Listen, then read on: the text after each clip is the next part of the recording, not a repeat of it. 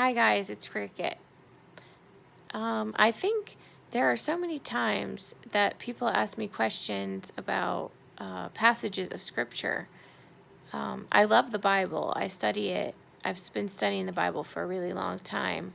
I'm really grateful that my parents encouraged me to read and study for myself. So I've been reading and I've been studying. And I will tell you, there are so many passages that I don't understand. I feel like I keep going back. I go back to who I know our Father to be by what he has done for us. He tells us that he showed us he loved us by giving us his son to bridge the gap, to come up with a mediator who could help us have a relationship with our Father. He sent Jesus to try to mend a really broken relationship. So in sending Jesus, I think that shows the heart of our Father. So when I read something in Scripture that could seem unloving, I know that God is love. He is never not love. He is never unloving towards us. I really kind of liken it to trying to teach a small child physics, the laws of physics. Is the child stupid? No, of course not. No child is stupid. Is he going to understand it? Are some of us as adults going to be able to understand the laws of the universe and the way things work? No, none of us understand physics and chemists, and there are so many things that we don't even know 1% of what there is to know in the world. So I think when we read it, I use that analogy. There were times in the New Testament that Jesus, I think, said things to get people thinking. When it was time for communion, he said, "If you do not eat my body and drink my blood, then you have no part of me." That's a very tough thing to hear. It said it caused a lot of people to fall away and to leave him. They just couldn't understand what he was saying. And I think some of the things he said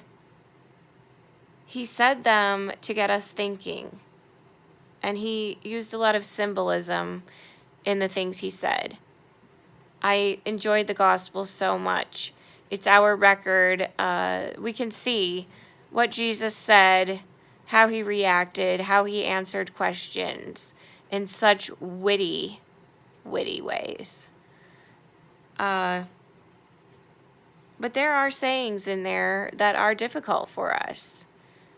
I think the thing is, like I said, I go back to the core knowledge that I have of the one who I talk to every single day.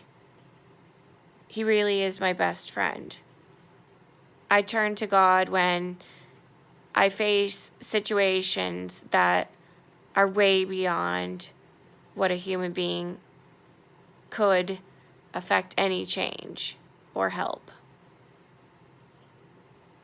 So, in reading these difficult passages, I hope maybe we can just realize and think of that analogy of trying to teach a small child something that is way beyond what they can comprehend. Not because there's something wrong with them, but simply because they don't have the knowledge and they don't have all the pieces. If they had all the pieces and they knew where to begin and they had some sort of foundation to build on, they could understand. They could start working equations. They could start balancing elements, but they just don't have the preface. We don't either. I don't think we're missing so many pieces. It says he doesn't think the way we think. So we're already on a different learning curve. He says, my ways are not your ways, and my thoughts are not your thoughts. So there we have it. When we don't understand, I think that's where our faith comes in and we say, I really don't understand this. And I could be a lot like the followers in the New Testament who said, hey, I'm falling away. I really can't understand this. I don't know what you're talking about.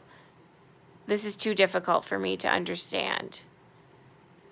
But if we face it, these dilemmas and the seeming contradictions that could possibly be in passages of Scripture, I think when we realize and we operate from the premise that we don't have all the pieces and we're not going to understand it and we're not divine. We have the divine with us in our hearts and in our souls. And He can teach us, and the Spirit can give us wisdom to discern. But we don't get it. We just don't get it. And that's okay. If we had a Father that we could understand everything, a Creator that we understood exactly how He did it, well, then that wouldn't cause Him to be a higher power now, would it? It would cause Him to be like us. So, I don't know if any of that makes any sense at all. But I will just tell you, that's the inner workings of my brain. And that's how I make sense of things I don't understand. Sending you love and light. May the Lion of Judah strengthen and encourage your hearts. Thank you for listening.